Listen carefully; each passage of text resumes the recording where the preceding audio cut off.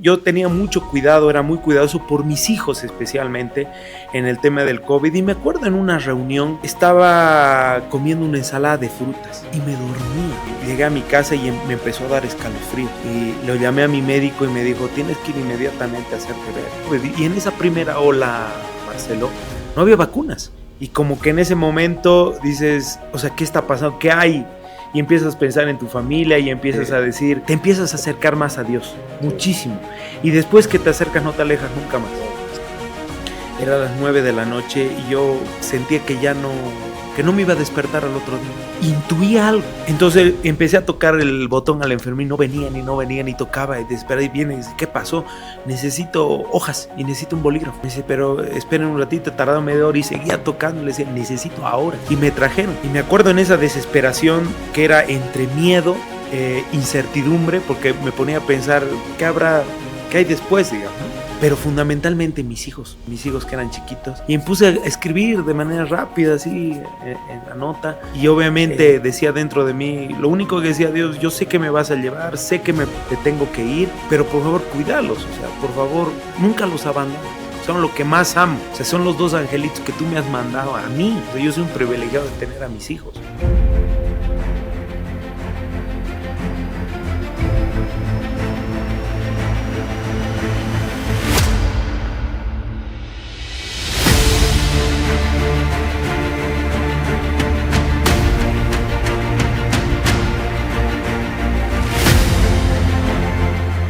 Nuestro invitado de hoy nos cuenta una historia de un milagro maravilloso.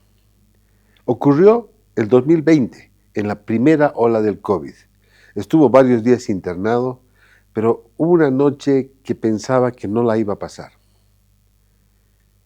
Se sentó y escribió cartas para sus hijos. Sin embargo, ahí ocurrió lo maravilloso. Y está aquí para contarlo. Con nosotros, el candidato a alcalde por La Paz, Óscar Sogliano. Bienvenidos al podcast Doy Fe. Busca tu tapa comodín. Combínala con una sola tapa marcada y ya puedes canjear un cooler o una polera totalmente gratis. Además, aún puedes encontrar miles de tapas gaseosas 2 litros para canjear directamente. Más información en la página de Facebook Cascada Bolivia. La Cascada, 60 años orgullosamente boliviana. Esta es una actividad autorizada y fiscalizada por la Autoridad de Juegos. 3, 2, 1, estamos al aire con Óscar Sogliano. Óscar, bienvenido. Hola, Marcelo. Bienvenido a Doy Fe, gracias por estar con nosotros. Abro el espacio para que des fe de aquellos que has venido a contarnos. Hola Marcelo, ¿cómo estás? Bueno, para mí un placer estar contigo y en tu programa también. Lo he visto siempre, lo he visto hace mucho tiempo y siempre he querido estar aquí también para contar un poquito parte de mi vida y de lo que me ha pasado. Un poquito te contaba hace un momento cuando pasó el tema del COVID. Sucedió en 2 momentos bien importantes en mi vida cuando pasó el tema del COVID. Primero, en el tema del COVID yo era subalcalde. Entonces creo que la mayor parte de lo que he trabajado toda mi vida ha sido más en el periodo del COVID. Porque me levantaba a 3 de la mañana, me acuerdo, porque teníamos que ir a controlar el tema del tráfico, había restricciones vehiculares. Una época difícil, ¿no? Hace una época muy dura. Entonces 5 de la mañana había que estar en distintos puntos para que los autos no circulen, la gente vaya a su casa. Me acuerdo, terminábamos eso, inmediatamente íbamos a ver, entregábamos nosotros víveres, entregábamos arroz, fideo, armamos, llegaban los camiones, pero como no había gente por el tema del COVID, teníamos que sacar nosotros los productos del camión y armar nosotros los canastones y llevar luego a las zonas, ¿no? Y ahí vi muchos amigos también fallecer, amigos que yo quería, familiares que se han ido al lado de Dios. Ha sido duro, duro. Nos ha llevado mucha gente. Mucha gente que yo quería mucho y a veces no podíamos estar con ellos porque nos había muerto, porque querías ir al entierro pero no se podía y yo estaba entre trabajar y también en momentos dolorosos. Llegaba al mediodía y seguíamos trabajando, en la noche hacíamos reuniones tarde, noche con la policía, con bomberos, con todos los que estaban organizando y en la noche salíamos a hacer fumigaciones toda la noche, hasta las 9, 10 de la noche. Llegaba a mi casa y como estaban mis hijos en mi casa, me desvestía en el patio. Me sacaba toda mi ropa, desnudo, Mis hijos entraban a su cuarto, me abrían todas las puertas, yo entraba ducha. desnudo a la ducha, tenía un jaboncillo para mí, etcétera, me lavaba las manos, me bañaba, no sé qué, salía y recién los veía un ratito, ¿no?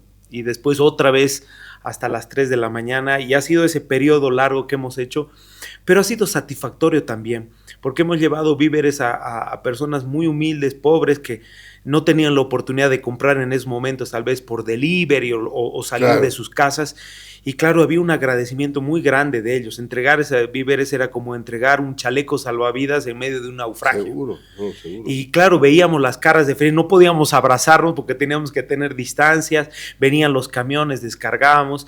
Y creo que hace un momento, dentro de lo trágico, momentos bonitos, porque hemos podido ayudar a mucha gente que realmente necesitaba. Y en ese transcurso me acuerdo... 2020, ¿no? El 2020. Y en ese transcurso ¿En qué momento te contagias? Empezaron el tema de las campañas, me acuerdo. Yo tenía mucho cuidado, era muy cuidadoso por mis hijos especialmente en el tema del COVID. Y me acuerdo en una reunión, estaba comiendo una ensalada de frutas y había mucha gente alrededor. Y me saqué el barbijo para comer. Y creo que me enfermé en ese momento. Había mucha gente a mi alrededor, tal vez alguien estaba contagiado y me contagió. Y me acuerdo estaba en una reunión, Marcelo, y me dormía.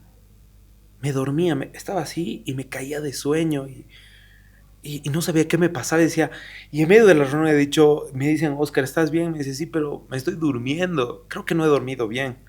¿Por qué no descansas un ratito? Y claro, y fui a un sillón, me eché, era las 2 de la tarde, abrí mis ojos, 6 de la noche, 6 de la tarde. Y seguía con sueño, y seguía cansado, y me puse otra vez el barbijo, y llegué a mi casa y me empezó a dar escalofríos. Yo intentaba no estar mucho con mis hijos, porque como yo estaba afuera y no quería que ellos se contagien, me empezó a dar escalofríos. Y lo llamé a mi médico y me dijo, tienes que ir inmediatamente a hacerte ver. ¿Cómo te sientes? Me dijo, tengo calor, pero tengo escalofrío, o sea, me hace frío y me hace calor al mismo tiempo, y me duele mi cabeza. Y fui a sacarme una radiografía de emergencia, todo estaba colapsado, todo el centro de Sentado estaba colapsado. Y me acuerdo, saqué la radiografía, le mandé al médico por internet y me dijo, parece que tienes COVID. Ese momento ha sido como un shock, un balde de agua fría. Y yo lo único que pensaba en ese momento era mis hijos. Decía, le quiero hacer los estudios a ellos porque quiero ver que ellos estén bien. Y me dijo, tienes que ir al hospital. No había hospitales, no había clínicas, todo estaba colapsado, no había camas, no había nada, todo estaba colapsado.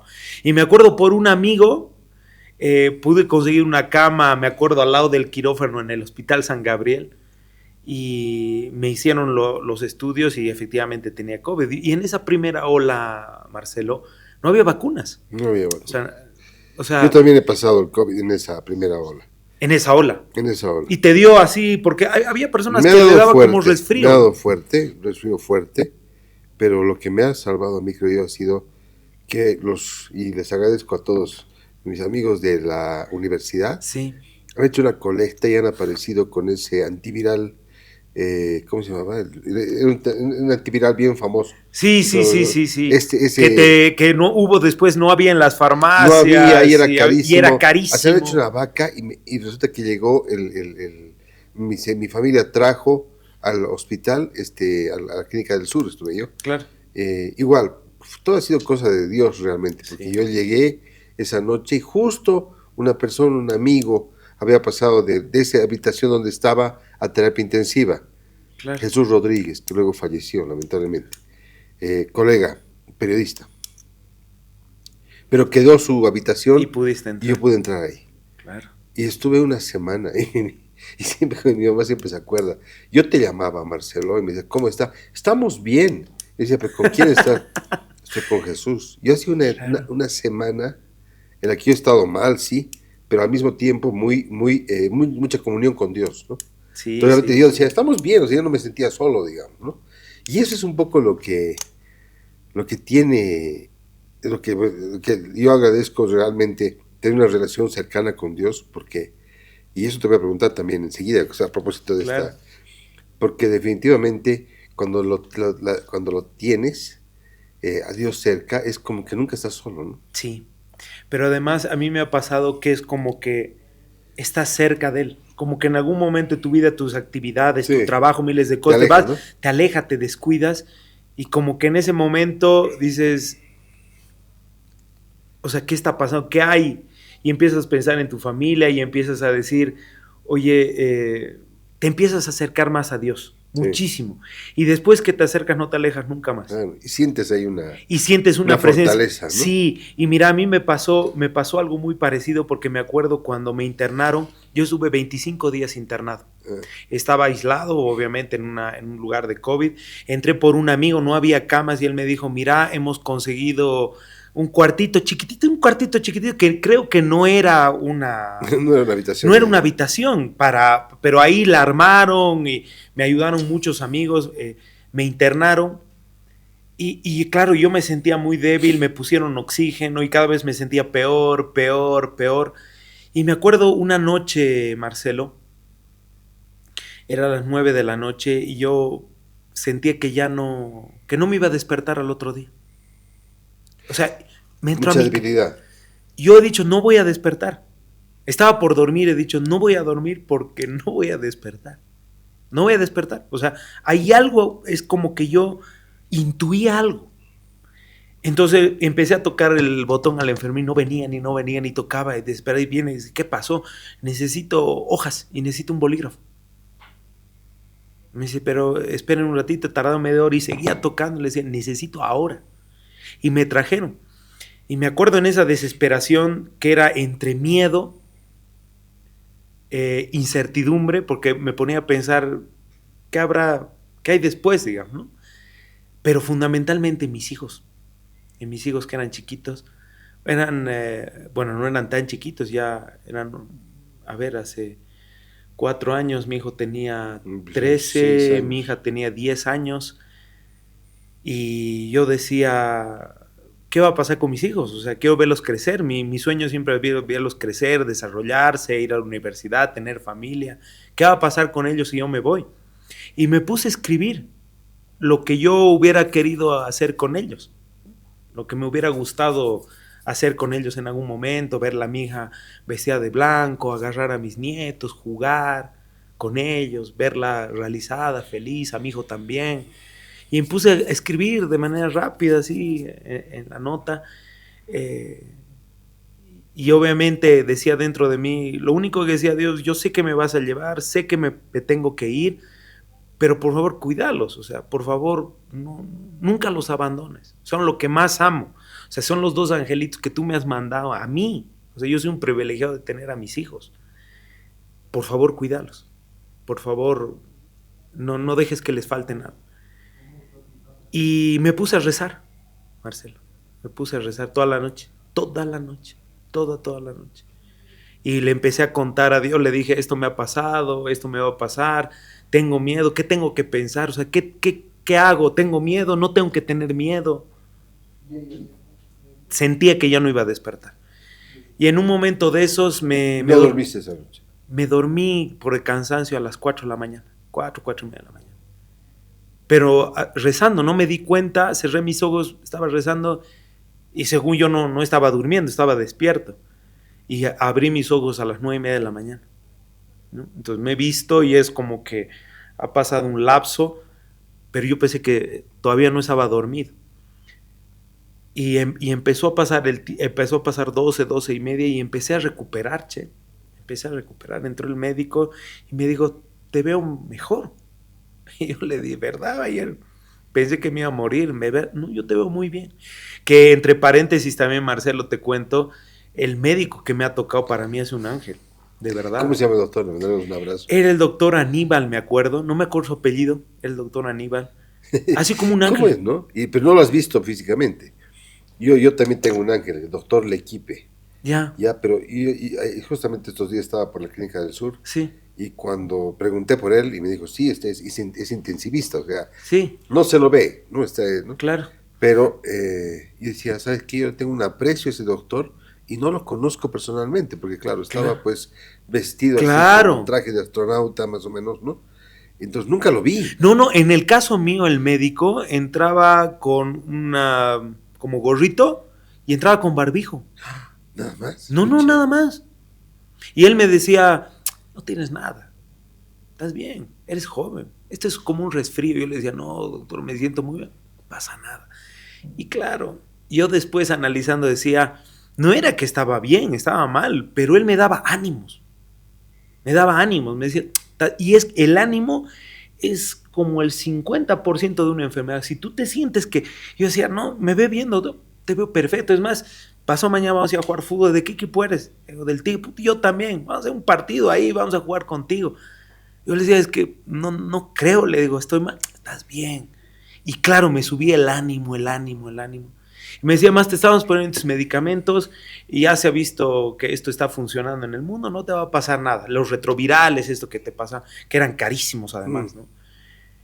Y claro, después hablando con él, cuando pasó todo lo malo, todo ese proceso, y le digo, doctor, pero a ver, dígame la verdad. O sea, usted sabía el tema de los retrovirales. Me dice, mira, te hemos puesto de todo. Algo iba a funcionar. Algo iba a funcionar. Y ha funcionado. Para mí, yo lo he abrazado ese último día y le he dicho, le debo mi vida, o sea, le agradezco mucho. Y me ha dicho, no, Dios es el que ha querido que sigas aquí. Sí, sí. Él me ha dicho el que ha querido que estés aquí. Y estás bien. Y ha sido como un reinicio, como que en la computadora cuando le pones reiniciar a la computadora y se apaga todo y luego vuelve y se reinicia. Yo creo que hace un momento de mi vida, hace un punto de inflexión muy fuerte en mi vida. Yo veía pasar, me acuerdo, desde el apoyo, yo estaba aburrido, me paraba un cachito porque no podía estar echado todo el día y tenía como una ventanita chiquitita y veía salir a las personas fallecidas del quirófano. Hijo. Y eso me asustaba, ¿no? Entonces yo decía, ¿qué va a pasar? Era como te digo, entre miedo, incertidumbre, curiosidad de saber qué pasa. Yo le preguntaba a Dios, ¿tengo que tener miedo? No, pero me da miedo dejar a mis hijos, quiero verlos crecer. Ellos me preocupaban. He dejado en algún momento de preocuparme por mí. Ya no me preocupaba si me iba. ¿Cómo se llaman los chicos? Matías se llama mi hijo, Matías. Uma se llama. Matías acaba de salir de bachiller. Matías ha salido el año pasado, bachiller. Mi hija, 2025. El 2024. Yeah. Mi hija tiene 14 años, está también en el colegio, es bailarina, ama profundamente los animales. Mi hijo ¿En qué curso está? Mi hija está en tercero. ¿Pasa cuarto? No, está en segundo, pasa tercero. Yeah. Y es bailarina. En el colegio de mis hijos. Nos hemos visto en el San Ignacio cuando era el festival de ballet. Justamente. De ballet. Ella es amante de la danza, le encanta. Y claro, yo creo que fue un momento muy revelador para mí. Claro. Y desde ese momento esos hábitos que me decía mi mamá cuando era chiquitito, los puse en práctica. Entonces yo todas las mañanas cuando estoy yendo al trabajo, tengo audiolibros que tengo en mi celular y todas las mañanas escucho pasajes sobre el tema de la Biblia y reflexiones, y eso a mí me da mucha fuerza. Y cuando siento que realmente están pasando cosas muy malas y que yo no puedo, lo escucho. Pero ¿sabes qué me pasa, Marcelo? Yo tengo en el celular toditos, pero no tengo un orden. Entonces agarro el celular, le doy hacia arriba y donde para, escucho. Y siempre, Marcelo, siempre escucho lo que tengo que escuchar ese día. Es impresionante, pero te lo juro. Ese pasaje que escucho es el pasaje que tengo que escuchar. Así cuando tengo problemas dice, no tengas problemas porque Dios está contigo, es tu muralla, es tu escudo, es tu fortaleza, ¿no? Y eso es lo que yo tengo que escuchar ese día. Y me dice, no estás solo, y tú eres más que un vencedor. Si estás conmigo, vas a ser siempre un vencedor. Y eso es como que escucho en el momento preciso lo que tengo que hacer. Y eso me da fuerza y me da paz. Y digo, no estoy solo. Me puedo pasar miles de problemas, pero yo voy a seguir. Y cuando a veces estoy deprimido, porque uno se deprime. En la política es dura, Marcelo, es dura. Porque ahora con las redes sociales salen cualquier cosa y al final uno como político sabe que no es cierto y aguanta las cosas. Pero tus hijos son los que sufren. Porque tus hijos escuchan. Mira, esta pulsera me regaló mi hija hace unas semanas. Me dice, he visto unas TikToks y he visto unas cosas que están hablando sobre vos, papá. Yo sé que no son ciertas porque eres mi papá y estoy contigo todo el día. Pero te voy a regalar esta pulsera y la tienes que tener siempre, me ha dicho. Porque si tienes esta pulsera, yo voy a estar ahí y esto te va a proteger para las personas que hablan mal de vos. Se va a concentrar todo aquí y esas tus bolitas se van a hacer blanquitas. Y me puso 2 bolitas blanquitas y me dice, ahí se va a ir. Ellos son los que sufren al final, Marcelo, de todo lo malo que pasa. Y obviamente a mí me deprime mucho, ¿no? Porque yo no quiero que les afecte a ellos también. Si me pasa a mí, yo estoy acostumbrado. O sea, yo vengo de ese mismo mundo, ¿no? A mí no me importa. Dios sabe, Dios es el testigo de lo que yo hago y lo que no. Quiero que vayamos al pasaje otra vez del COVID. Me decías que tú escribiste. Uh-huh. ¿Puedes contarnos un poco, te acuerdas, qué Claro. le decías a él y qué le decías a ella? Mira, en el caso de mi hija, yo me acuerdo, les conté, nunca se los di, pero se los conté. Yo escribía que siempre he sido, aunque no la había visto nacer y la había visto unos meses después, que me vine, pero que además yo tenía que quedarme a hacer un doctorado, pero rechacé todo. Tenía una beca para hacer un doctorado y rechacé porque dije, no, yo tengo que estar al lado de mi hija. Y volví y le dije, a pesar de que no llegué hasta el día de tu nacimiento, tú has sido mi princesa y vas a ser mi princesa toda mi vida. Y te amo profundamente. Y el día que te cases, yo voy a estar a tu lado. Y te voy a mirar desde el cielo y voy a estar contigo y te voy a acompañar y te voy a proteger. Y cuando tengas tus hijos, yo voy a estar ese día. Y vas a sentir, le decía, la felicidad que yo he sentido cuando he sentido tu primer respiro o cuando te he visto por primera vez. Ese momento te vuelves a reiniciar. Y a mi hijo le dije lo mismo. Le dije, el día que yo te he agarrado, o sea, que lo he agarrado entre mis brazos, ha sido el día más maravilloso que me ha pasado en toda mi vida. No he sentido algo más maravilloso. Es más, he sentido por 10 segundos que estaba en el mundo yo y él, y que había algo que nos miraba y que solamente estaba yo y él y no había absolutamente nadie más. Y siempre le he agradecido a Dios porque yo creo que mis 2 hijos son 2 angelitos que me los ha puesto Dios para decirme, para demostrarme que hay un amor más inmenso de lo que uno cree y que el amor más inmenso está en ellos y para mostrarte que creo que tus hijos son las únicas personas que podrías dar tu vida sin pensarlo 2 veces. Pero sin pensarlo, hay un tema que vamos a hablar, lo harías con ellos. Sobre eso. Pero para terminar esto del COVID, yo quería que me cuentes, saliste. Sí. Tengo entendido que tu hija rezó con el padre, con el de San Ignacio. Sí. ¿Cómo fue eso? Lo que pasa es que mi hija se puso muy triste porque, claro, el médico habló con ellos, creo, ¿no? Habló con ellos y le dijeron que, a mí nunca me lo dijo el médico, ¿no? Como te digo, me decía, estás bien. Estás perfecto, no tienes nada, es un resfrío. Y yo, claro, me subía el ánimo. Pero ellos les contó la verdad, que estaba mal. El tanque de oxígeno yo casi respiraba al máximo, estaba a un paso de entrar a terapia intensiva. Y yo decía, si yo entro a terapia intensiva, no voy a salir. Yo tenía muy claro, tenía un presentimiento dentro de mí. Había algo que me decía, si entras ahí, no sales más. Y claro, mis hijos se deprimieron mucho, mi hija estaba llorando y me acuerdo que se encontraron con el tema del padre en ese momento y les contó y el padre los abrazó y los cobijó y les dijo que iba a estar bien. Y después de un tiempo que salí de todo este proceso del tema del COVID, volví al colegio, teníamos una actividad y me acuerdo, fue algo muy lindo, sentí un abrazo muy extraño, distinto, diferente. Me abrazó el padre, fuerte. Y tú sabes que en el colegio, sí, con el padre siempre tenemos buena relación todos, pero el padre no era mucho de abrazar. Y me abrazó y me dijo, me contaron lo que había pasado, cómo estabas, y que estabas muy mal y que estabas a punto de irte para el otro lado, pero Dios ha querido que estés aquí. Y si estás aquí, me dijo, escúchame esto, me dijo, si estás aquí es porque algo tienes que hacer. Algo tienes que hacer. Tienes una misión que hacer. Nunca te olvides de eso. Si estás aquí, es porque Él quiere que estés aquí y porque algo tienes que hacer también para los demás. Me quedó marcado para siempre. Y lo abracé y le dije, muchas gracias. Padre, me halaga muchas palabras, me dice, es que tú eres como un elegido. Algo ha pasado para que tú estés aquí. Y esas etapas han marcado mucho, mucho mi vida desde ese momento, ¿no? Oscar, una pregunta más antes de Sí, presentarte, antes de que se me escape.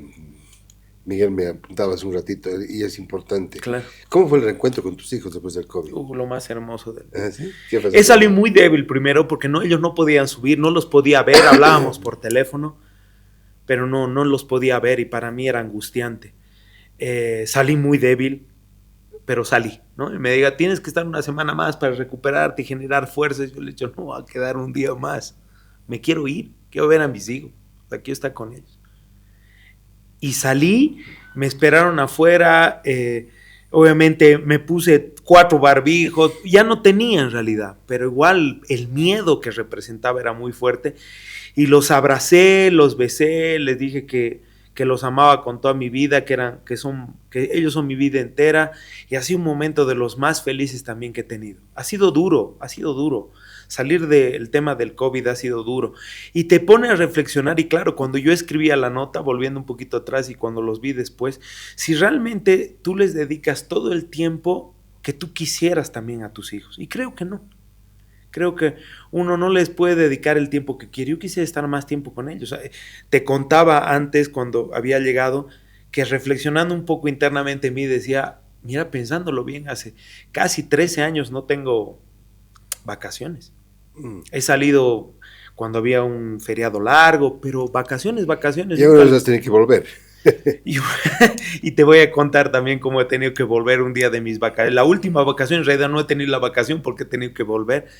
Y claro, y en ese momento dices, no sé si habrá valido la pena todo lo que ha pasado, porque ya los ves a tus hijos grandes. Y te acuerdas cuando eran chiquitos. Sí, Y dices, tal vez me he perdido ese momento. Y yo siempre trato de nunca perderme nada de mis hijos. Sus presentaciones, el colegio, siempre, siempre he intentado ir y he dejado absolutamente todo para estar con ellos, pero no, creo que los padres no les podemos dar el tiempo necesario o el tiempo que queremos darles de estar con ellos por el trabajo, por las obligaciones, por un montón de cosas, para que ellos tengan cosas que tal vez uno de niño o de joven no ha podido tener y quieres que ellos lo tengan para que tengan mejores condiciones. Yo creo que lo mismo en la familia pasa en el tema de la ciudad, Marcelo. Pasa exactamente lo mismo, ¿no? Tú trabajas para que cuando tú te vayas, las condiciones que tú has llegado del trabajo y tú te vayas no sean las mismas, hayas dejado un granito de arena, algo que haya podido contribuir, que esas nuevas generaciones vivan un poco mejor de lo que tú has vivido, tengan mejores oportunidades de las que uno tal vez no ha tenido y esperas que ellas la tengan. Claro, sin duda está bien. Bien, Oscar Manuel, ¿no? Oscar Manuel. Sogliano Elguero es candidato a la alcaldía, está postulándose para ser alcalde.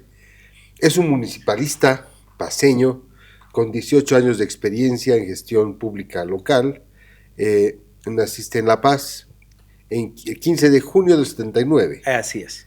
Y eres politólogo titulado con honores, Así. por excelencia en la UNSA, con estudios de posgrado en resolución de conflictos y estudios políticos aplicados en Madrid, España. Sí. Creció en Alto Brajes, estudiaste ahí también, Sí, en Alto Brajes, claro que sí. donde cursó su formación escolar. Fue docente universitario y ocupó diversos cargos en el gobierno autónomo municipal de La Paz, destacando como subalcalde de la zona sur de La Paz durante 5 años. Actualmente concejal electo y presidente de la Comisión de Planificación y Gestión Territorial. Sí. ¿Le gusta el fútbol? ¿Es stronguista? ¿Alguno de tus hijos es bolivarista? ¿Puedes dar fe de eso o no? En realidad mi hijo, yo siempre he querido que mi hijo siempre he querido que mi hijo sea futbolista. Yeah. Pero no le gusta el fútbol, le gusta el básquet. Yeah. ¿No? Nada del fútbol. Le gusta el básquet, es apasionado, es un gran jugador de básquet. Y mi hija es del Tigre, pero ella dice, voy a ser Tigre por vos. Claro, está bien. Bueno, además eres hijo. ¿Cómo se llama tu mamá? Mi mamá, Jorsey. Jorsey, está viva. Sí, mi mamá sí. Mi papá, lastimosamente, no. Tu papá, no. Pero su mamá es hijo de una valiente mujer que le enseñó a amar profundamente a Dios, además, ¿no? Sí, Y ese es... sí, Porque hablemos de tu mamá sí. y de tu niñez, la formación que has tenido de niño, que no ha sido fácil, Oscar. No, no, Marcelo. He tenido una niñez hermosa. Mi mamá siempre ha sido muy cariñosa. Mi mamá es maestra de ¿Tus kinder. papis se separaron? Mi papá se separaron cuando era pequeño. Cuando Ya. era pequeño. ¿Y él se fue o...? No, lo ¿o que ha sido pasa padre es que ausente? mi papá es uruguayo, mi mamá es boliviana. Ya. Yo he nacido aquí en Bolivia y en La Paz, soy paseño. Toda mi vida he vivido aquí. Entonces se separaron y mi papá se fue y yo me quedé a vivir con mi mamá. Y mi mamá era maestra de colegio. Ahora sigue trabajando mi mamá. Ah, sigue, pues, Sigue trabajando mi mamá. Mi mamá es una guerrera. Mi mamá realmente es... Yo siempre digo, mi mamá es de acero. Yo no sé cómo hace mi mamá, pero mi mamá es una persona muy fuerte, es una persona muy valiente. Yo realmente la admiro mucho, la amo muchísimo, la amo muchísimo. Y ella me hizo tener una niñez muy linda, muy, muy hermosa.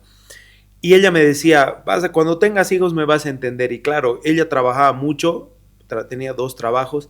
Y yo desde muy pequeño siempre me quedaba en mi casa, me dejaba mi comida lista, yo me alistaba la ropa, alistaba mis útiles, hacía mis tareas, iba al colegio, volvía del colegio, alistaba mi cuarto, etcétera, etcétera, porque mi mamá salía muy temprano y llegaba muy tarde del trabajo. Entonces yo prácticamente... Es como decía yo, ¿no? Podía haberme dedicado a cualquier cosa, podía haber ido al colegio como no había podido ir, podía haber ido a hacer cualquier cosa, pero mi mamá desde mucho chiquito me inculcó valores muy sólidos y muy fuertes. Yo siempre le digo eso a mis compañeros de trabajo y es una regla de vida que me enseñó mi mamá. Me decía, papito, el amor se paga con el amor y la lealtad se paga con la lealtad. Así funciona. Y eso es algo que me ha marcado mucho, con valores muy fuertes. ¿No? Con valores muy fuertes. Me dice, ahora te has dedicado, te quieres dedicar al tema de la política. Y en el mundo entero, papito, me dice, en el mundo entero, creerle a un político es muy complicado. No aquí, en el mundo, en Tailandia, Singapur, Brasil, nadie les cree. Lo único que tienes es tu palabra. Si tú dices que vas a hacer algo, hazlo. Si tú te das tu palabra que tienes que cumplir algo, hazlo y hazlo bien, porque eso es lo único que tienes. En algún momento van a decir, el Choco me caía bien, hay otros que te van a decir que no les caes mal, porque además, entre paréntesis, mi mamá me decía, tú desde chiquito has generado algo, me dice. O la gente te quiere mucho o no te quiere. No hay intermedios contigo. O la gente te quiere mucho por cómo eres tú, y hay personas que no te van a querer como eres tú, porque eres a veces muy frontal, y a las personas no les gusta que sean así. Y tú lo dices. Y hay personas que no les gusta. Pero te van a decir, te quieren o no te quieren. Pero van a decir, lo que ha dicho ha cumplido. Eso nunca te olvides. Eso nunca te olvides. Porque las personas se van a acordar. Sí, me caía mal, me caía bien, pero ha cumplido lo que me ha dicho. Y eso es lo único que tiene alguien que hace en la política. Y desde chiquito me lo dijo, y cuando era grande me lo seguía diciendo. Y siempre me inculcó valores muy fuertes. Yo iba a la iglesia con mi mamá todos los domingos, me acuerdo. Me encantaba además ir a la iglesia con mi mamá. Y estoy sincero, yo era chiquito, no tanto por la iglesia, sino porque cuando salíamos siempre tomaba un jugo de duraznos al jugo y mi mamá estaba conmigo e íbamos a almorzar. Y yo sabía que el otro día mi mamá iba a trabajar y no la veía todo el día, pero el domingo era mío, era para mí con ella. Entonces íbamos a comer, íbamos a tomar helados, íbamos al parque y me encantaba los domingos porque me encantaba estar con ella, ¿no? Y yo sentía que sus valores en la iglesia eran muy fuertes. Yo no lo entendía tanto en ese momento, pero luego al crecer me di cuenta que esos valores son los que ella me transmitía a lo largo de mi vida para que yo sea una mejor persona. Realmente una mujer de mucha fortaleza, ¿no? Uf. Ella en algún momento estaba enferma, Sí. fueron hasta el médico. Contanos eso. Mira, lo que pasa es que hubo un momento que mi mamá perdió un trabajo, la sacaron de un trabajo, y llegaba y me decía, papi, ¿te gusta el corned beef? Me decía, que era corned beef era antes, no me acuerdo qué es el enlatado. Y me decía, me encanta. Y me dice, vamos a comer sándwich de corned beef. Mi mamá era muy hábil para hacerme comer, ¿no? Perdón, perdón, me agarró un resfriado, pero eso no puede detener ni esta entrevista ni mi vida. ¿Y sabes qué hago para que eso no ocurra? Pues Refrianex. Refrianex es de Bagó. Tú tomas uno día y noche y el resfrío y ya fue. Así que bueno, sigamos con la entrevista. Por ejemplo, cuando una vez comí hígado, me dice, no, uy, qué feo, yo no como hígado. Papito, ¿te gusta el paté, no ve? Ah, me encanta. Es lo mismo, solo que de aquí lo muelen y hacen para ponerle al pan. Y comí, sí, cierto, mami, qué rico. Lo mismo me hizo ese día y me dijo, durante un tiempo me dice corned beef. Entonces vamos a hacer, como te gusta, este mes va a ser el mes del corned beef y vamos a comer asado, porque además te encanta, ¿no ve? Entonces, como te encanta, vamos a intentar comer. Entonces yo me acuerdo de día por medio comíamos corned beef, luego comíamos huevo con carne, etcétera. Y yo le decía, pero mami, estoy comiendo yo solo, come conmigo. No, yo, es que lo que pasa es que yo ya he comido. He venido del trabajo y estoy muy llena. Pero come tú. Vamos a ver una peli y comes tú. Y eso pasó durante un tiempo y un día mi mamá... no comía. No, porque como la sacaron del trabajo, perdió el trabajo, etcétera, etcétera, no nos alcanzaba el dinero para comprar más cosas, ¿no? Entonces ella se preocupaba que no me falte la leche, que no me falte fruta, que tenga el almuerzo, que coma mi sándwich. A veces almorzamos sándwich y a mí me encantaba el sándwich. Me dice, ¿te encanta? Entonces vamos a comer 3 sándwiches y vamos a comer de esto. Súper, mami. Porque a mí me encantaba, pero yo no sabía por qué. Claro, después en los años me di cuenta que era así. Y se enfermó. Y viene una tía y un día llego y me dice, le hemos internado a tu mamá. Y voy al internado a mi mamá. Y mi mamá estaba internada, le dio anemia porque no comía. Y claro, fue duro también porque yo me enojé con ella y le dije, no puede ser que no comas. No, estoy comiendo, papi. Lo que pasa es que me he hecho mal otras cosas. Ella nunca me decía algo que a mí me lleve a pensar que estaba pasando.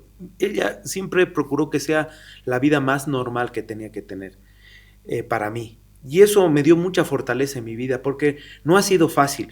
Porque desde chiquito decía, no, es como es Choquito, entonces debe tener todo, ¿no? Ese es a veces como el estigma, el prejuicio. No, debe tener todo, debe salir en cuna de oro y no así. Pero yo estoy agradecido a la vida porque haya sido así, porque he sido muy fuerte ante la vida, ante todo lo que me ha pasado, he salido adelante y mi madre ha sido el eslabón fundamental de haber salido con fuerza desde niño, joven, porque ella me enseñó valores muy fuertes, a no rendirme nunca, a ser muy pragmático. Yo soy muy pragmático, Marcelo, no le doy muchas vueltas a las cosas, voy y lo hago, chao, pare de contar. No me gusta reunirme mucho, me gusta ir y solucionar las cosas.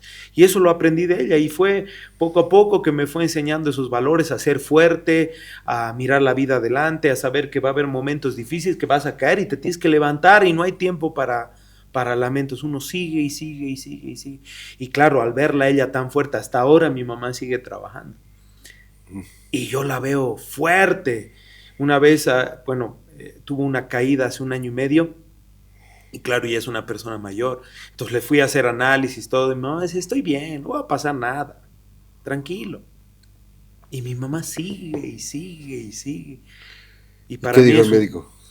No, claro, le sacó. Más bien mi mamá no se rompió nada, porque te digo, yo creo que mi mamá debe ser de acero.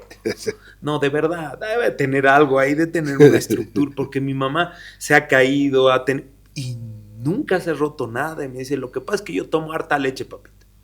Y tú tienes que tomar, y desde chiquito yo me acuerdo, mami, tengo sed, quiero tomar agua, leche. No, mami, quiero agua. No, toma leche. El agua no es alimento, esto te va. Y eso fue lo que pasó, ¿no? Yo juego fútbol, hago muchas cosas. Mira, te puedo decir, nunca me he roto un hueso del cuerpo. Tal vez es la misma fórmula mágica del acero de mi mamá. Pero bueno, esto me ha servido mucho y para mí ha sido un ejemplo, hasta ahora lo es, de la fortaleza que tiene mi madre, y yo intento aprender de eso todos los días. ¿Estuviste en un colegio fiscal? Sí. Hasta segundo medio, ¿sí? Hasta casi tercero medio. Tercero medio, ¿ya? Sí, y me acuerdo, yo estudié en el colegio 6 de junio, un colegio fiscal hermoso, con amigos. Mis amigos del colegio fiscal siguen siendo mis amigos hasta ahora. Tenemos un grupo lindo, nos vemos para hacer churrasco, asadito, conversar, jugar fútbol. Jugamos fútbol para vernos, digamos, para reír, para hacernos bromas. Somos muy de hacernos chistes, muy de hacernos bromas. Y estudié toda mi vida en el colegio fiscal, y te contaba entre paréntesis una anécdota también que me pasó. Cuando yo era chiquito, me acuerdo, estaba entrando al colegio y en estas mismas fechas, me acuerdo de las útiles escolares. Y mi mamá, me acuerdo, fue a empeñar, y me dijo después de años que nunca recuperó esos anillos. Fue a empeñar 2 anillos porque no teníamos. Yo le decía, mami, todos tienen mochila, menos yo. ¿Yo qué mochila? Sí, mi amor, pero mira tu mochila el año pasado. No, yo qué mochila, quiero mochila de Batman. Porque todos usan de Batman. Pero no, hijito, tu mochila, no, es que yo quiero de Batman y de Batman y de Batman. Y mi mamá me compró la mochila de Batman. Y ponía mis cuadernos, mis útiles. Yo iba feliz. Pero claro, después de años me enteré que ella había empeñado sus cadenas, sus anillos para comprarme mis útiles, todo. Pero nunca me lo dijo. Nunca fue de decirme las cosas que estaban pasando. Me decía, aquí está tu mochila, he comprado. O sea, era una vida muy normal, muy linda, muy hermosa. Claro, después de muchos años me fui enterando un montón de cosas, pero en ese momento para mí era muy lindo. Y creo que ese es el rol del padre, ¿no? A pesar de los problemas, de las cosas que tienes detrás, siempre tienes que mostrarle a tu hijo la mejor actitud y decirle, vamos a salir adelante y esto es un tropiezo y continuamos y vamos a tener mejores días y va a continuar, ¿no? Y eso es lo que me pasó en el tema también del colegio, ¿no? Pero fue una niñez muy linda. Yo me encantaba mi colegio, yo amaba mi colegio. Éramos 52 alumnos, creo, en mi curso. Éramos hartos. Y eran pupitres de a 2, pero nos sentábamos de a 3, digamos, porque no había pupitres. Como no había antes, ahora también es el mismo sufrimiento con el tema de equipamiento. Entonces nos sentábamos de a 3 y yo siempre me sentaba atrás y la profesora siempre me hacía sentar adelante y yo siempre me iba atrás y era la pelea de atrás, adelante, atrás, adelante. Porque yo era muy... ¿Travieso? Era muy travieso, pero además yo siempre he sido de hacer 2 o 3 cosas. O sea, estoy escribiendo una cosa y si me ocurre otra, entonces empiezo a pensar y me disperso y después empiezo en la dispersión, empiezo a juntar las partes y empiezo a planificar. Y soy muy ordenado en el momento, cuando ya tengo mis ideas, las empiezo a ordenar y empiezo a planificar, las empiezo a ordenar y luego me salen varias ideas y voy programando. Y me pasaba desde chiquito.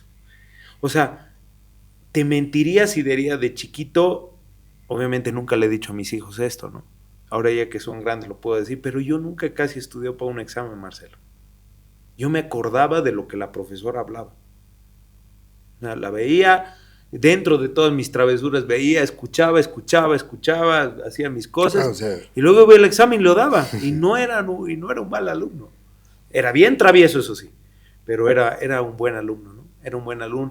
Y mi mamá me decía, pero yo no entiendo cómo te has descuidado el último año. Tranquila, mami, me estoy preparando para la universidad. Y bueno, gracias a Dios en la universidad he podido salir con honores en la Universidad Mayor de San Andrés. Estudié en la UMSA, en la Universidad Mayor de San Andrés. He salido con honores, he salido con un promedio de 81, porque me encanta realmente lo que es. Yo soy municipalista de corazón. No sabría qué otra cosa hacer. Si me dice, si te vas a ir de director, por ejemplo, del satélite, no tengo idea cómo se eleva el satélite o qué hace. No lo sé. Pero gobiernos municipales, gestión municipal, gobierno de la ciudad, eso lo conozco porque toda mi vida he estudiado, trabajado, pero creo que se aprende todos los días. Es bien complicada el manejo municipal. Parece fácil. En las elecciones yo veo mucha gente que lo hace parecer muy fácil, pero no lo es. No lo es. Es bien complicado cuando... A ver, Marcelo, cuando hay plata todo es fácil de hacer. Claro. Cuando no hay dinero, Claro. Ahí es lo complicado y difícil. Claro. Ahí tienes que saber qué palancas jalar, cuáles no, dónde priorizar, dónde poner un poquito menos. Y obviamente cuando tienes menos tienes que hacer alcanzar para todo. Y tienes que ser muy inteligente, porque una palanca mal manejada sufre gente que no tiene recursos, gente pobre que tiene que esperar otros 5 años para tener agua en su casa. Tienes que ser muy cuidadoso. Por eso tienes que conocer todas las facetas y en esas facetas planificarla de la mejor manera. Y eso has recorrido en estos 30 años de carrera. Desde la universidad. Mi tesis ha sido sobre gobiernos autónomos municipales. Ha sido sobre el tema de las TCOs, los territorios comunitarios de origen. He hecho mi TCO. Diego Ayo ha sido mi docente. Diego Ayo ha sido el primer docente que me ha puesto 100 sobre 100. Tener 100 en la UMSA en esas épocas era bien difícil. Bien difícil. En la UMSA es dura, es realmente académicamente yo creo que es una de las mejores universidades del país. No sé cómo estará ahora, pero antes era muy buena universidad.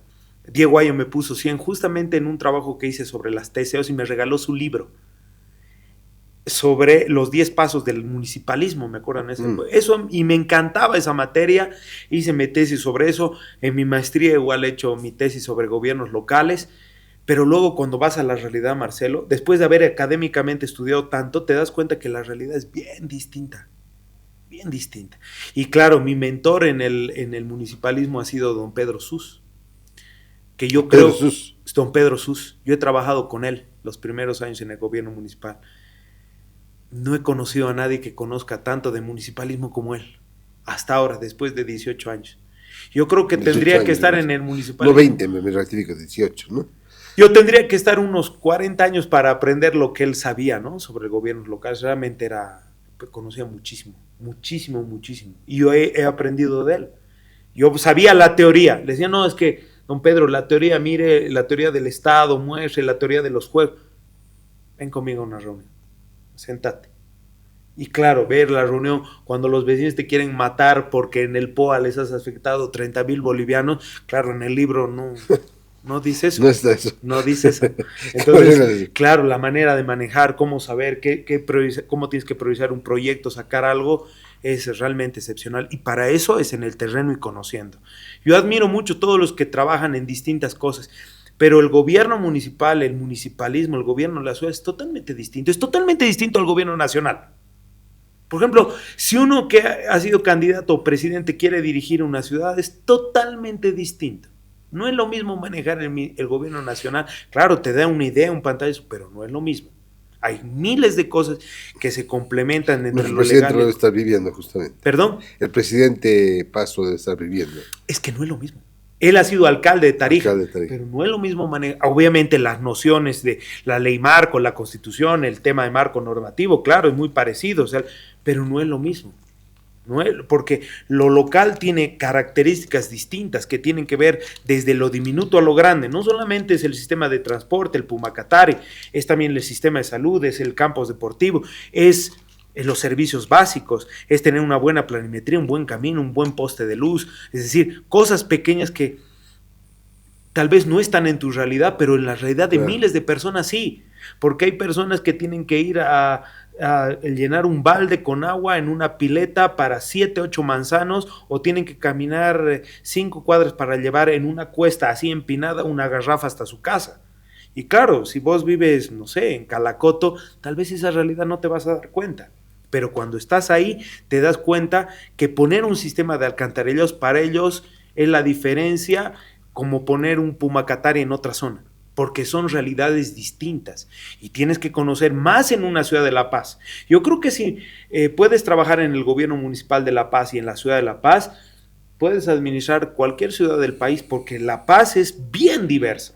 Bien diverso. Villapavón y Alto Tacagua no es lo mismo que el Pedregal o Cotacota.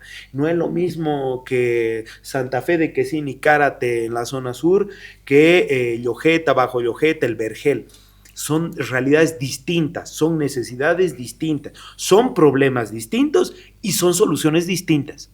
Entonces tienes que conocer ambos para tener como un rompecabezas, ir diciendo, esto lo vamos a solucionar de esa manera, esta, y hay políticas transversales, el Pumacatari, el desayuno escolar, el sistema de salud, pero hay cosas que son muy específicas. Oscar, esos 18 años de gestión pública, ¿qué es lo que todavía te quita el sueño sobre La Paz? Mira, Marcelo, si yo he aprendido a lo largo de estos años es que la ciudad nunca se detiene, ¿no? La ciudad tiene su propia hayu y crece, y crece, y crece, y crece, y crece, y cada vez que va creciendo tiene más problemas para solucionar. Hay zonas que van creciendo todos los días. Hace 5 años atrás, Rosasani Norte no había ni casas. Ahora viven un montón de familias que no tienen un buen sistema de alcantarillado, un buen camino, un buen sistema de luz. Esa es una problemática específica. pero también tiene grandes desafíos. Cuando se inauguró el Hospital de Los Pinos hace más de 8 años atrás, claro, era impresionante, era importante tener un hospital de segundo nivel en la Sur que no había, pero ahora ese hospital ya está colapsado, porque la Sur ha crecido exponencialmente, entonces hay que generar nuevos hospitales y para eso tienes que hacer una nueva reingeniería. La gestión municipal, Marcelo, el modelo de gestión municipal y de planificación es el mismo modelo de gestión municipal de hace 12 años atrás. Pero estamos viviendo otra realidad, porque la crisis económica que tenemos ahora no la teníamos hace 15 años. Y las reingenierías institucionales vienen de la mano también con las coyunturas políticas, económicas, sociales y políticas. Por supuesto que sí. Y la nueva reingeniería tiene que pensar en el bolsillo de los paceños, en momentos de crisis, en cómo somos inteligentes, en generar políticas públicas para la generación en el emprendimiento, en el pequeño empresario, en el mediano empresario, en generar nueva economía para la ciudad de La Paz, cuando todo parece el pan más caro, el diésel, la carne, el pollo. ¿Cómo eres inteligente para generar aquello? Tal vez en el anterior modelo de gestión de hace 15 años no tenías mucho por qué estar en la calle, Marcelo, porque podías resolver en la oficina. Ahora no. Ahora el gobierno municipal tiene que ser cercano a la población, tiene que estar en la calle controlando el peso, controlando el transporte, viendo un mejor modelo de reingeniería, y eso no se hace desde el escritorio, y eso no tiene una varita mágica. Eso es políticas estructurales y políticas cotidianas en el corto plazo, y estas dos formas de planificación tienen que juntarse. Para eso tienes que tener una visión en el largo plazo también, no es porque resuelves algo, estás tapando un hueco y se está abriendo otro. Claro. Tienes que tener la capacidad de mirar adelante y decir, si te ha puesto hueco y pueden aparecer esto, pero esto lo vamos a hacer con este otro tipo de políticas que me ayuden a resolver aquello. Lo mismo pasa en la salud. Lo mismo pasa en la salud. Hace 8 años atrás, hace 10 años atrás, Arenal Ovejullo era una pampa grande, ahora está llena de casas, de gente que no tiene sistema de alcantarillado, que no tiene luz, que no tiene agua, en muchos lugares, que tenemos que trabajar en políticas también con ellos. Eso se llama planificación urbana. Y la planificación urbana no es lo mismo hoy, el 2025, cuál era el 2020. No es la misma planificación urbana de hace 15 años. Es una lógica totalmente distinta. Y el conocimiento y la experiencia te hace ver cuál es el verdadero modelo de gestión municipal que tienes que llevar adelante en los próximos 10 años. Y ese es un gran desafío. No se trata de poner parches, se trata de estructurar medidas sostenibles y estructurales en el tiempo que nos den también soluciones estructurales en una crisis, Marcelo, que va a durar sus buenos añitos. No es que vamos a salir en unos meses, vamos a tener un tiempo largo y obviamente hay que adelantarse a esa crisis y hay que tomar medidas estructurales entre los 3 niveles para dar soluciones inteligentes. De hecho, La Paz es una ciudad muy desafiante, ¿no? Es desafiante. Pero quería preguntarte, más allá de lo desafiante que es, si es que has encontrado milagros en tu transcurrir como subalcalde, como concejal, ¿qué milagros te ha regalado ver esta ciudad? Muchos, Marcelo, muchos. Cuéntanos Mira, en la subalcaldía sur, por ejemplo, la sur es la mitad de la ciudad, territorialmente hablando. Es muy grande. Sí, es muy grande. Es muy grande. Y ha crecido más, creo, ahora, ¿no? Y cada vez crece más y más. Porque le han dicho que sea, además, ¿no? Claro, porque como te digo, antes hasta la 63 de Chasquipampa, ahí terminaba. Ahora de la 63, La Cacollo, Yau, hace 10, 12 años, habían 2 o 3 casitas. Ahora ya tenemos que prever qué áreas de equipamiento, centros de salud vamos a poner, porque claro, un vecino de La Cacollo tiene que bajar hasta Cotacota o hasta Los Pinos para hacerse atender. ¿Y qué pasa si tú tienes un dolor de estómago a las 3 de la mañana o te da un ataque de bilis a las 4 de la mañana y no hay movilidad, porque además el transporte no llega hasta muchos lugares alejados? ¿Te das cuenta? Tu planificación urbana tiene que prever, es decir, centros de salud especializados de primer nivel para que no colapse el segundo nivel, que den soluciones inmediatas a problemas que no pueden esperar. La salud no espera. Hay cosas que pueden esperar, la salud no. Y claro, y en esa lógica me pasó una anécdota bien interesante. Yau Es una zona que está entre Lacacollo, en el distrito 19, al otro frente está Casegural, a este lado está Yayagua, está en el frente del río. Y una vez vamos, porque teníamos que controlar unos loteamientos. Cuando estamos entrando por la camioneta escuchamos petardos y tu. Qué bien nos están recibiendo con petardos, eso es una buena señal. Llegamos al lugar y claro, se estaban entrando de otros municipios en un área de equipamiento. Entonces pusimos un poco de orden, dijimos, ¿dónde están sus papeles? No tienen, bueno, nos vamos a llevar los papeles, pero aquí vamos a hacer respetar las áreas verdes y las áreas de equipamiento porque esto es de los vecinos y ya estaban empezando a construir. Y vamos a venir a demoler. Si ustedes van a construir y no tienen documentación, señores, aquí está su citación, vienen a presentar sus papeles a su alcaldía y si no tienen las autorizaciones correspondientes se demuele de manera inmediata. Y seguían los petardos. Nos vamos y nos hacen una emboscada, che. Y eran como unos 20 vecinos, 25. Y estábamos en la camioneta y el chofer se queda paralizado y mira así y empiezan a rodearnos. Y bajan unos y dicen, métanle, empezaron a meter troncos debajo del auto para que no avancemos. Y uno gritaba ahí del frente, decía, préndanle fuego. Y ahí nos hemos quedado secos. Dicho, ¿qué hacemos? Y nosotros llamando así por el handy a todos para que vengan así, pero es lejos, pues, Yau es lejos, es arriba. No, en esas oportunidades no tenía ni siquiera un buen camino, o sea, llovía intransitable, digamos, o sea, no pasas más. Si empieza a llover, quédate en tu casa, digamos, porque por el lodo todo no vas a poder pasar. Ahora las condiciones son distintas, pero en ese momento era así.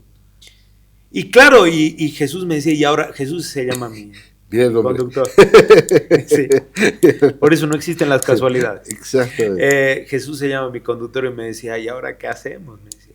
Y claro, nos pusimos nerviosos y yo no sabía qué hacer, empezaba a poner los lanes. Y decía, si me bajo, son muchos. Y justo reconocí a un dirigente, que yo lo había visto, que me había reunido. Y dije, ahora o nunca. Abrí la puerta, cerré y lo agarré. Dijo, tú eres dirigente aquí, nos hemos sentado contigo, yo no sé por qué, es cuando tú sabes que esa área es un área de equipamiento. Pero si me pasa algo, vos vas a ser el responsable. Porque vos sabes que yo estoy haciendo mi trabajo y nos hemos sentado contigo y hemos tenido reuniones. Y él había sido parte de la dirigencia de ahí. Y él me mira, mi subalcalde. Y le digo, hermano, ¿cómo van a hacer eso? Y no sé qué. Y me dice, no, tranquilos, hermanos, tranquilos. Ese es subalcalde y vamos a hablar bien con él. No, es que ha venido y nos ha dicho que no podemos construir aquí y esto es nuestro y no sé qué. Y él los tranquilizó. Yo lo agarré, así temblando, lo agarré y le dije, mano, si vos vas a seguir con esto, entonces te vamos a ser responsable. Vos te estoy filmando y si nos pasa algo, entonces te vamos a hacer responsable. Y él los tranquilizó a todos, hicimos una reunión improvisada, no sé qué. Pasó una hora, no sé qué, y me fui. Si no hubiera estado él, te mataban. Era una historia, sí, posiblemente ya estaba del otro lado también, ¿no? Porque justo a él no conocía a nadie, a él lo reconocí. Y luego volvemos de mucho tiempo y ¿cuál es la anécdota? Tengo muy buena relación con los vecinos de Lacacollo y Yayagua. Muy buena relación, porque una vez hubo una emergencia, el río empezó a entrar y yo trabajé toda la noche con la maquinaria, llevamos ripio, pusimos defensivos, etcétera, y evitamos que siga corriendo el agua para que las casas no se vayan a derrumbar, y se hicieron muy amigos míos. Y más bien ellos después me ayudaron a pelear había mucho loteador, y me ayudaron a pelear a los loteadores y defendimos áreas de equipamiento, y ahí hicimos una cancha, jugamos un partido de fútbol, hicimos 2 parques en ese lugar, justamente donde estamos yendo a defender, y ahora actualmente es un parque lindo que es de la zona, les pertenece a ellos y cada vez está más bonito, ¿no? Y la anécdota ha sido esa, si no lo conocía a él, íbamos a tener problemas muy graves porque realmente estaban muy alterados. El tema de tierra y territorio es un tema bien complicado en varios lugares de la ciudad, y eso nos ayudó y esa fue una anécdota muy linda porque después tuvimos una relación hasta ahora muy linda con ellos, y cada vez que voy a la zona nos reciben con mucho cariño porque ellos entendieron que yo estaba de parte de ellos y en contra del tema de los loteadores. Pero ¿cómo es, no? Una mala información, sí, mira, una equivocación te puede llevar a cometer un grave error que en realidad, primero ellos no sabían que era subalcalde porque eran comunarios de las partes altas, Y segundo, que si no lo hubiera conocido a él, podría haber sido otra historia. Un milagro ahí en la montaña. Y no sabes el miedo. Claro, seguro. El no, miedo seguro. que me había entrado en ese momento, ¿no? Seguro, seguro. Yo Además, como periodista he vivido alguna cosa parecida también. Una vez que nos encerraron en una marcha en 2000, yo era joven, pues muy joven, y nos encerraron. Y resulta que, ¿sabes qué me salvó? Un poco de humor. Porque, claro, nos encerraron y, claro, querían hincharnos. Claro. Entonces, ¿qué están haciendo acá? Vino y era un señor, el mandamás, era un señor de los ojos plomos, me acuerdo, Ya. ¿no? Y nos miraba, a ver, y había gente con tragos, pero tenía una autoridad como que, espere, Lo respetamos. espere, ¿no? A ver, ¿qué hay aquí? Y decimos, mira, somos periodistas, quiero escuchar tu grabadora, ¿no? Yo estaba con un fotógrafo de La Razón, Yamil Chávez. He contado esto, creo, aquí. Estaba con un fotógrafo. Y vos, se las regalo. ¿Qué? No. Estaba el fotógrafo sí. y él empieza a decir, yo soy campesino del Beni. Yo digo, ¿y ahora qué ojos verdes? Y se me ocurrió que yo tenía un amigo, colega, sí, que era de Punata. Y él decía, hermano, en los Punata ojos hasta verdes. Los burros tenemos ojos verdes. De verdad. Y eso le apliqué, dije, hermano, yo también soy campesino, yo soy de Punata, en Cochabamba. Y en Punata hasta los burros tenemos ojos verdes. Y se rieron. Eso ha bajado la tensión. Claro. El señor ha dicho, a ver, tráeme tu grabadora. Se le he dado la grabadora, claro. Ha escuchado, me la ha devuelto, sigan. Y se ha abierto así, no hemos podido seguir el camino, pero ha sido claro. Íbamos, ya nos saludaban, ya la gente estaba en otra. Sí. Pero bueno, es difícil, ¿no? Yo siempre he sido un creyente. Son esos momentos. Yo siempre he sido un creyente, Marcelo, que lo que tú dices, ¿no? Los tiempos de Dios son perfectos. Sí. Son perfectos, completamente. Y es la voluntad. Y pasa cuando menos tú lo pienses. Así es. Y ese es el resumen de este capítulo. Claro, pero también has debido estar nervioso y asustado. Totalmente. Claro. Totalmente. Es normal. Yo estaba igual que tú estaba. No, imagínate, claro. Sientes ahí la muerte cerca, claro. ¿no? El miedo, porque están así, o sea, es una orden, una cosa y se. Claro, o alguien que diga, como te decía yo en el tema de la cámara, prende fuego, listo, chao. Chao. Wow, qué fuerte. Chao. Eso en cuestión de un segundo. Gracias, porque ha sido una linda entrevista, se acabó el tiempo. Gracias, Marcelo. Y bueno, te doy este espacio para que invites a la gente, para que convoques a la gente, porque están en carrera. Han estado viniendo todos los candidatos. Claro. ¿No? Y nos hemos desafiado a venir y hablar, no solo de política, o muy poquito de política, o casi nada. Sí. Y hemos hablado mucho de estas cosas y realmente me encantó charlar contigo. Gracias. No, a mí me encantó mucho, Marcelo. Nunca había, te lo digo así, nunca había tenido una entrevista así en mi vida, que me pregunten cosas de lo que soy yo, ¿no? Generalmente es mi faceta, es como la imagen del político, pero detrás del político hay un ser humano, hay un padre, hay un hijo, hay experiencias de vida. Yo soy alegre, soy un tipo divertido, me gusta reír, me gusta jugar, me gusta hacer miles de cosas.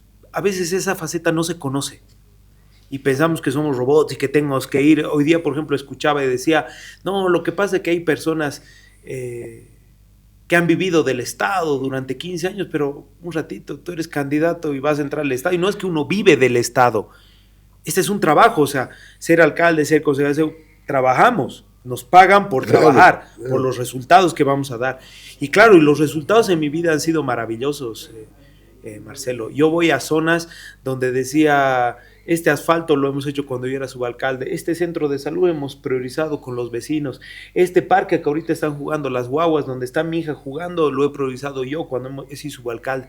Y miles de experiencias de vida, Marcelo, miles de experiencias de vida que yo lo he hecho. Ese es como, personalmente para mí, mi granito de arena. Claro que nos pagan por hacer esto, es como cualquier trabajo. Claro. Es como un periodista, como un mecánico. Nuestro trabajo es administrar la ciudad. Nos pagan por hacerlo mejor, por priorizar los recursos y dar mejor calidad de vida, pero es un trabajo. Y los que dicen han vivido del Estado, ahorita quieren ser candidatos y quieren vivir de lo mismo. No es cierto. Yo nunca, Marcelo, y te lo quiero decir también en tu programa, para que sé que todos nos están viendo, nos van a ver en el TikTok y en las redes.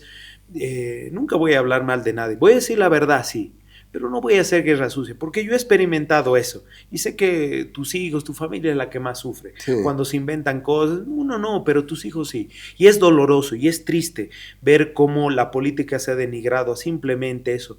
Cuando el debate de ideas, el debate de propuestas, las soluciones tienen que ser en donde gire la gestión pública. ¿Qué soluciones integrales tenemos? Y que la gente vote para decir ¿quién tiene más experiencia? ¿Quién nos puede llevar a las soluciones que necesitamos en el largo plazo?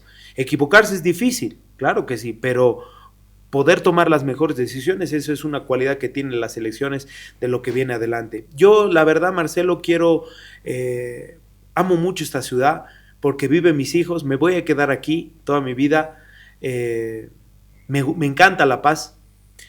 Yo siempre decía, si tuviera La Paz un clima no tan frío en las noches, realmente seríamos la perfección. Sí, sí. Pero tenemos que vivir en una estación. Ese invierno que es cruento. Ese el invierno que es duro. La época de lluvias que también nos machuca duro. En realidad, cuando eres autoridad, la época que más sufre es la época de lluvia. Yo me acuerdo, Marcelo, cuando dormía, me echaba aquí en las lluvias, cuando era subalcalde, con mi celular en mi mano y mi handi aquí.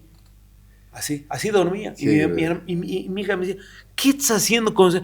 Es que me van a llamar cualquier rato, hay una emergencia. En lluvia, cualquier momento pasa un desastre. Entonces con mi celular y mi handy escuchaba. Y así, entre dormitar, una vez me pasó, y con esto termino, yo sé que el tiempo es corto, sonó el handy y decía, hay una emergencia en una zona, me acuerdo, hubo un deslizamiento en Irpavi 2, y tienen que venir de inmediato. Y ¿sabes qué? Entre el sueño, porque estaba dormitando, eran las 3 de la mañana, había llegado a las 12:30, dijo, voy a dormir un ratito, me fui, no sé qué, llegué con la gabardina, empezamos a ver la maquinaria, ya hay que trabajar esos protocolos de actuación, porque el manejo de la época de lluvias es una especialización.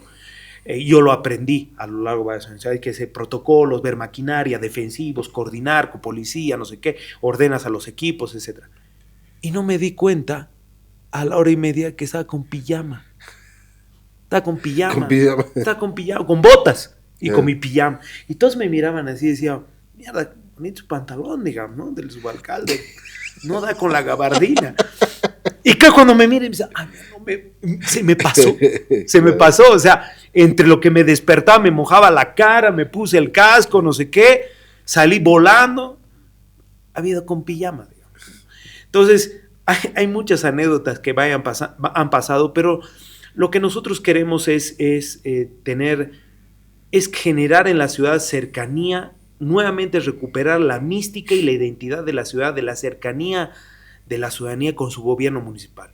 El gobierno nacional siempre ha sido lejano, el gobierno departamental también, pero el gobierno local es tu gobierno que está a tu mano, es tu socio, el que te resuelve los problemas inmediatos. Tengo un problema, viene el alcalde y lo resuelve. Tengo un problema de precio, viene y lo resuelve. Tengo un problema de tráfico, viene y lo resuelve. Eso hemos perdido. Hemos perdido la mística de la cercanía con la gente. Si vos me dices qué me gusta más, la subalcaldía o el consejo municipal, 10,000 veces la subalcaldía. Me gusta estar en la calle. Me gusta estar. No es que me dicen que tengo que estar. A mí me encanta estar en la calle. Me gusta escuchar y encontrar problemas y darle soluciones. Porque después ver a ese niño que tal vez no ha sufrido lo que otros han tenido que sufrir, cambiarse 2 o 3 veces el zapatito e ir al colegio, y él poder ir en una vía asfaltada o empedrada o tener un buen adoquín o una acera, eso es realmente la función última y el objetivo más fundamental de una gestión pública. Pensar en los que menos tienen, pensar en los que necesitan, y creo que tenemos que tener una ciudad más inclusiva, más tolerante, fundamentalmente, más unida también, pero además más cercana, que trabaje al lado de la gente, que tú veas a los chalecos del gobierno municipal en la calle resolviéndote los problemas, y te da seguridad y certidumbre que hay una autoridad que se está acordando de ti, que lo has contratado, has votado por él para que esté al lado tuyo. Esa es la esencia de lo que tenemos que recuperar. Y por supuesto hay miles de proyectos que tenemos que hacer, pero esos proyectos se los hace de manera integral, estructural, el conocimiento y la experiencia, como todo en la vida, Marcelo. Como todo en la vida, es fundamental para lo que haces. Si vos vas a ser dirigente de una comunidad, no es el más joven, es el más anciano, porque la sabiduría y la experiencia ayuda a guiar a la comunidad. Eso hemos aprendido en nuestros antepasados. Lo mismo pasa en la gestión pública. La experiencia y el conocimiento son fundamentales, especialmente en momentos de crisis, cuando no hay platita. Cuando hay platita, contrata un asesor, pero cuando no hay platita, uno tiene que llevar esa experiencia. Y creo que Dios en esto, y con esto termino, me ha puesto en este camino precisamente para eso, para poner en práctica 18 años de haber estado en gestión pública, de haber conocido el Ejecutivo y el Legislativo, para conducir una gestión municipal de la mejor manera en momentos difíciles para todos los paseños. Gracias, Oscar. Un gusto. Marcelo, muchas gracias. Bienvenido a tu casa. Muchísimas gracias. Gracias a todo el equipo, gracias a La Cascada y Bagó y La Cascada por su apoyo publicitario. Este fue el episodio de Doy Fe de esta semana. Si te ha gustado esta historia, por favor, no olvides suscribirte, muy importante, dejarnos una reseña y compartir esta conversación muy interesante con tus amigos y familiares. Busca tu tapa comodín. Combínala con una sola tapa marcada y ya puedes canjear un cooler o una polera totalmente gratis. Además, aún puedes encontrar miles de tapas gaseosas 2 litros para canjear directamente. Más información en la página de Facebook Cascada Bolivia. La Cascada, 60 años orgullosamente boliviana. Esta es una actividad autorizada y fiscalizada por la Autoridad de Juegos. Soy Marcelo Tedeschi Vargas. Esto fue Doy Fe. Nos vemos la próxima semana. Chao, chao. Busca nuestras tapas blancas marcadas, forma la palabra cooler o la palabra polera o encuentra la palabra gaseosa 2 litros. Más información en nuestra página de Facebook Cascada Bolivia. Actividad autorizada y fiscalizada por la Autoridad de Juegos.